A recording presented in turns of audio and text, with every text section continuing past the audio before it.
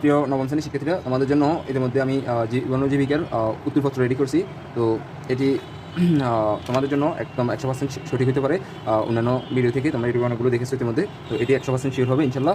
দেখো এখানে তোমাদের দাপ ক খ গ গ ম, তো আমি এখানে জাস্ট দুইটা প্রশ্ন উত্তর দিব, এরপর দাপগুলোতে পরগুলো দেবো। তো এখানে প্রথমে তোমাকে বলছে পারিবারিক বাজেট পরিকল্পনা নির্ণয় করো। তো তাহলে তোমাকে এখানে পারিবারিক বাজেট কি, বাজেট সম্পর্কে একটা সংজ্ঞা দিয়ে দিলাম 2 লাইনের। তো 2 লাইনের সংজ্ঞাটা তোমরা ইতিমধ্যে দেখতেছো।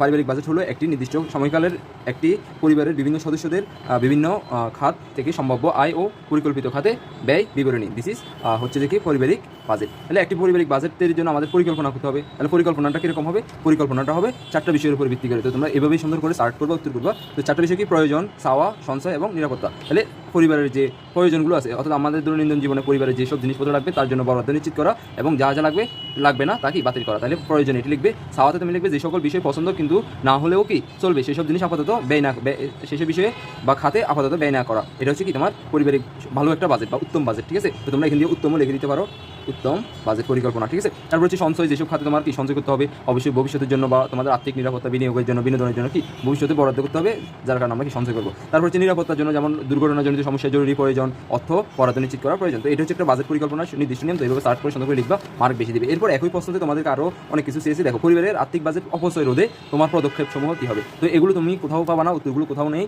আমি সুন্দর করে প্রশ্নটা বুঝে পড়িয়ে লিখে দিছি। তো এখানে বাজেট পরিকল্পনার জন্য একটি অপচয় রোধের জন্য একটি সুন্দর করে আমি চার্টের মতো লিখেছি। প্রথমে এইটা হচ্ছে বাজেট অপচয় রোধের প্রয়োজনীয় পদক্ষেপ। 1, অতিরিক্ত বিলাসিতা বন্ধ করা। বাজেট তৈরি করুন এবং মেয়াদের মধ্যে কি শেষ করুন বা মেয়াদ পর্যন্ত অনুসরণ করুন। তাহলে এটা একটা কি স্যার। তারপর হচ্ছে মূল্যবান খরচ করুন, মূল্যবান কাজে খরচ করুন। তারপর হচ্ছে সঞ্চয় করুন, শারীরিক ও মানসিকভাবে খরচ নিয়ন্ত্রণ করুন। কারণ কি তুমি যদি শারীরিকভাবে পরিশ্রম না করতে চাও, বিলাসিতা করতে চাও, অলসতা করো, তাহলে তোমার খরচ বাড়বে। তুমি যদি মানসিকভাবে চিন্তাভাবনা না করে খরচ করো, তাহলে কি তোমার নিয়ন্ত্রণ করতে পারবে না খরচ। যার কারণে কি পরিকল্পনা, বাজেট পরিকল্পনার জন্য অবশ্যই শারীরিক ও মানসিকভাবে নিয়ন্ত্রণ প্রয়োজন। তারপর আর্থিক শিক্ষা ও আর্থিক শিক্ষা গ্রহণ করুন, অন্যদেরও শিখান। কারণ কি আর্থিক শিক্ষা যদি না থাকে তাহলে তুমি কি বাজেট পরিকল্পনা উত্তম করতে পারবে না, বা প্রয়োজনীয় পদক্ষেপ নেওয়ার জন্য এটা একটা কি পদক্ষেপ। তারপর ক্রেডিট কার্ড ও লোনের ব্যবহার সীমাবদ্ধ করুন। ক্রেডিট কার্ড হচ্ছে যে আমরা ব্যাংক থেকে একটা কার্ড পাই, যে কার্ডের মাধ্যমে কী করি, টাকা ঋণ করতে পারি, ব্যাংক থেকে সরাসরি খরচ করতে পারি। যার কারণে ক্রেডিট কার্ডের ব্যবহার এবং কি লোনের ব্যবহার, ব্যাংক থেকে যে লোনটা নিই অন্যদের থেকে ধার নেওয়ার ব্যবহারটা বন্ধ করতে হবে। ঠিক আছে, তারপর এটা হচ্ছে কি একটা বাজেট প্রতিরোধের পদক্ষেপ। এটি সুন্দর করে বাঁকবা। তারপর হচ্ছে দেখো বর্তমানে তুমি যেহেতু নবম শ্রেণীর ছাত্র, তোমার কী কী দায়িত্ব আছে পরিবারে, তুমি কী কী দায়িত্ব নিতে পারো বাজেট পরিকল্পনার জন্য। ঠিক আছে, তো আমি এখানে জাস্ট আমার মতো করে আমি 5টা লিখে দিচ্ছি, তুমি চাইলে তোমার মতো ম্যানেজ করতে পারো, তবে এটি লিখলে উত্তম হবে। বর্তমানে আমি নবম শ্রেণীর ছাত্র, তাই আমার যে সকল দায়িত্বভার আমি নিতে পারি বা যে সকল দায়িত্ব আমি নিতে পারি সেগুলো হলো আমার পড়াশোনার ব্যয় ম্যানেজমেন্ট দায়িত্ব নিতে পারি, আমি নিজের পরিকল্পনা সঞ্চয় করতে পারি, পরিবারের বাজেটে পর্যবেক্ষণ এবং কি অপ্রয়োজনীয় ব্যয় হ্রাস করতে পারি, অতিরিক্ত আয় সৃষ্টি করতে পারি। মানে তুমি অতিরিক্ত আয় সৃষ্টি করতে পারো কীভাবে, যে কোনো একটা কাজ করে, যেমন পশু পাখি পালন, সাঁদে গাছ রোপণ, তারপর হচ্ছে যে অন্যান্য কাজের জন্য তুমি চাইলে এখান থেকে ব্যাখ্যা লিখতে পারো। তারপর সর্বশেষ গুরুত্বপূর্ণ ধাপ, তুমি জীবন জীবিকা বই থেকে আর্থিক বাজেটের শিক্ষা পেয়েছো, তা কী করবা, পরিবারকে প্রদান করতে পারো। তাহলে এটা হচ্ছে তোমার ধাপ 1-এর উত্তর। খুব সুন্দর করে আমি দিয়ে দিচ্ছি, তোমরা স্ক্রিনশট নিয়ে এভাবে লিখতে পারো। সুন্দর করে আমি আবার কী করলাম, পুরোটা দেখে দিলাম। এরপরে তোমার 2 নং প্রশ্নের উত্তর। দেখো এখানে ধাপ 2-এ ব্যবসায় নির্বাচন করতে বলছে। তো তুমি এখানে এভাবে লিখতে পারো, পরিবারের আর্থিক অবস্থা বিবেচনার একটি ব্যবসায় নির্বাচন। তাহলে নির্বাচন এটি হচ্ছে ধাপ 2 নং ধাপের প্রশ্ন। তো এখানে তুমি ধাপ হিসেবে, আমি ধাপ হিসেবে লিখছি, এটা লাগবে না, তোমরা জাস্ট এই কথাটা লিখে দেন ধাপ 1, 2 এগুলোতে ধাপ দিলে দিবা, না দিলে নাই।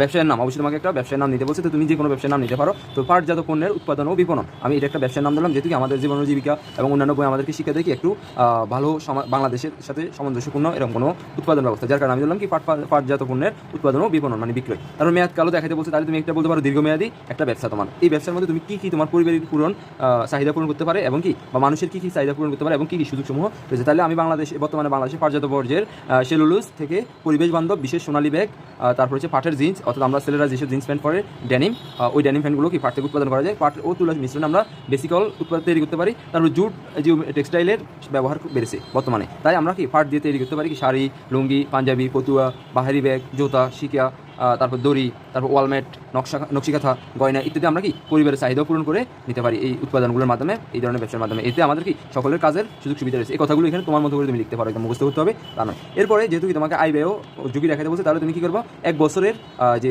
তুমি একটা দীর্ঘমেয়াদী বলছো, দীর্ঘমেয়াদ বলতে এখানে 1 বছর থেকেও বেশি সময়। তো আমি জাস্ট এখানে দীর্ঘমেয়াদী বলছি, তো 1 বছরেরটা দেখা, বা এখানে 2 বছর লিখতে পারো, আমি 2 বছর বানিয়ে দিচ্ছি। 2 বছরে জিন্স, শাড়ি, দড়ি, জুতা উৎপাদনের আয় ব্যয় ও ঝুঁকিসমূহ তুমি কী করবা, দেখিয়ে দিবা। তাহলে এখানে কী করবা, একটা চার্ট করবা, চার্টের মধ্যে তোমার দ্রব্যসমূহের নাম লিখবা, তারপর আয়, তারপর ব্যয়, দুটো দেখালে হবে। তো দ্রব্যসমূহ আমি দিলাম জিন্স এবং জুতা। জিন্সের জন্য আমি ব্যয় করলাম 2 লক্ষ টাকা, এবং শাড়ি ও দড়ির জন্য আমি ব্যয় করলাম 2.5 লক্ষ টাকা, ঠিক আছে। তো 2 লক্ষ 2.5 লক্ষ টাকা ব্যয় করার পর অর্থাৎ আমি বিনিয়োগ করে আমি কত ইনকাম করলাম, আমি 2 লক্ষ 20,000 টাকা মোট ইনকাম করলাম। মোট ইনকাম থেকে আমি 2 লক্ষ টাকা আমার কি ব্যয়টা বাদ দিলাম, ব্যয়টা বিয়োগ দিলাম, বিয়োগ দেওয়ার পর আমার কি এটা হচ্ছে যে কি ইনকাম, এখান থেকে আয়। তারপর এখানেও আমার কি 3 লক্ষ টাকা আমি ইনকাম করলাম মোট, এখান থেকে আমার 2 লক্ষ টাকা কি ব্যয়। সো আমি ব্যয়টা বিয়োগ করলে এখানে কি 50,000 টাকা মোট আয় হচ্ছে আমার। এখান থেকে তুমি লিখে দিতে পারো আয়, আয়, আয়, এই দুটো আয় হচ্ছে তোমার কি মোট আয়, আর মোট ব্যয় হচ্ছে এত টাকা। তাহলে তুমি 4.5 লক্ষ টাকা ব্যয় করে তুমি কি 70,000 টাকা ইনকাম করছো। আবার বেশি দেখানো যাবে না, বেশি দেখালে তোমার এটা অসামঞ্জস্যপূর্ণ উত্তর হয়ে যাবে, ঠিক আছে। তারপর এখানে ঝুঁকি দেখালাম, উৎপাদিত দ্রব্য আধুনিক সমাজে পছন্দ না হতে পারে। কি জিন্স প্যান্ট আমরা যেহেতু কি ফাট দিয়ে তৈরি করবো, এটা আধুনিক সমাজে পছন্দ না হতে পারে, তাহলে কি আমার বিক্রয় হবে না, ফলে এটা একটা কি ঝুঁকি থাকতে পারে। তারপর বিদেশি প্লাস্টিক স্বল্প মূল্য হওয়ায় লাইলন দড়ি কম দামে পাওয়া যায়, অর্থাৎ লাইলনের কিছু দড়ি আছে, ওই দড়িগুলো বা রশিগুলো বা সুতাগুলো অনেক কি কম মূল্যে পাওয়া যায় বিদেশি চাইনিজ, যার কারণে আমাদের কি আটজাত দ্রব্য আমরা পাট দিয়ে যে দ্রব্যটা দড়িটা উৎপাদন করবো সেটি কি বিক্রয়ের জন্য একটা কি মূল্য নির্ধারণ করবো। মূল্যটা বেশি হলে কি আমরা কি করতে পারবো না, বিক্রি করতে পারবো না, এটা একটা কি ঝুঁকি। তো এখানে এভাবে 2 নং উত্তরটা করবো, আশা করি সবাই বুঝতে পারছো। ধন্যবাদ। পরের উত্তরগুলো নিয়ে আমি খুবই শীঘ্র আসতেছি। তোমরা কি অন্য চ্যানেলের ভিডিওগুলো দেখার দরকার নেই আপাতত, ওগুলো দেখলে তোমার কি মাইন্ড নষ্ট হয়ে যাবে। সো এগুলো দেখো, এভাবে উত্তরগুলো খাতা লিখে নাও, বারবার পড়ো, অথবা ইউটিউব থেকে বারবার শোনো, আমি বুঝিয়ে দিয়েছি সুন্দর করে, ঠিক আছে। ধন্যবাদ সবাইকে।